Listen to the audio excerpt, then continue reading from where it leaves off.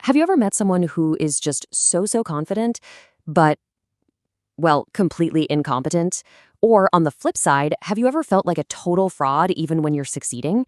Well, today we're going to dive into the wild psychological paradox that explains both of those feelings, the Dunning-Kruger effect.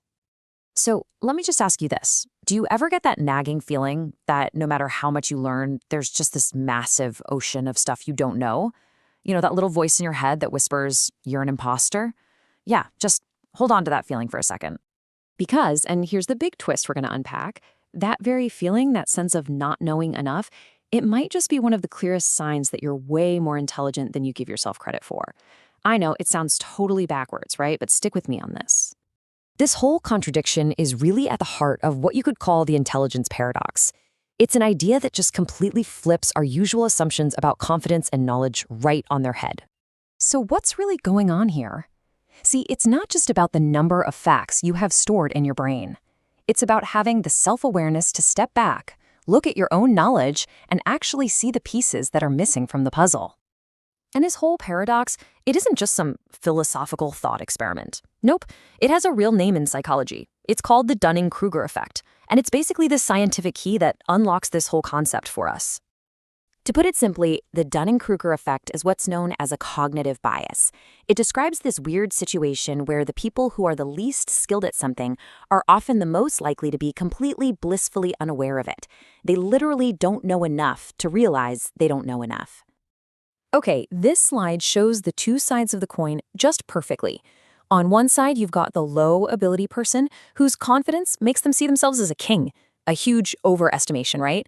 Then on the other side, the high-ability person, well, they know they've learned a lot, but they can also see the massive mountains of knowledge still left to climb. They actually get the scale of it all. And this chart just drives the point home. Look at that confidence gap.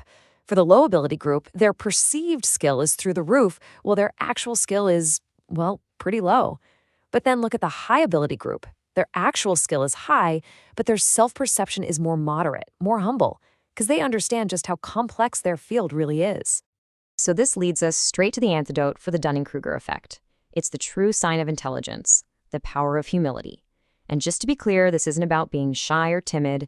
It's about being realistic and open-minded. The technical term for it is intellectual humility. And really, it's this simple but super profound idea. Recognizing that what you believe, what you think you know for sure, it might be wrong. Or at the very least, it's incomplete. It's all about being intellectually honest with yourself. So what does this actually look like in the real world? Well, it's being aware of your own blind spots. It's having the strength to actually say, you know what? I was wrong when you get new information. It's respecting that other people are experts in things you aren't. And maybe most important of all, it's that constant desire to keep learning more, to keep filling in those gaps. Okay, let's pull all this together and really focus on the big takeaway here. It's time to start rethinking what you know, and even more importantly, how you feel about what you don't know. And here it is, the main event. That feeling of self-doubt we talked about at the very beginning, it is not a flaw that you need to fix. In the right context, it's actually a feature. It's a powerful sign of genuine self-awareness, and you absolutely need it to grow. It's the engine that pushes you to get better. There's this old saying that just captures the whole idea perfectly. True wisdom isn't about having all the answers. It's about understanding that you never will. It's the journey of learning, not getting to some final destination that really defines a wise mind. So I'll leave you with this one last question to chew on. It's a bit of a challenge, really. After everything we've talked about, what is one thing, one belief you hold, one thing you think you know for sure that you're willing to be wrong about?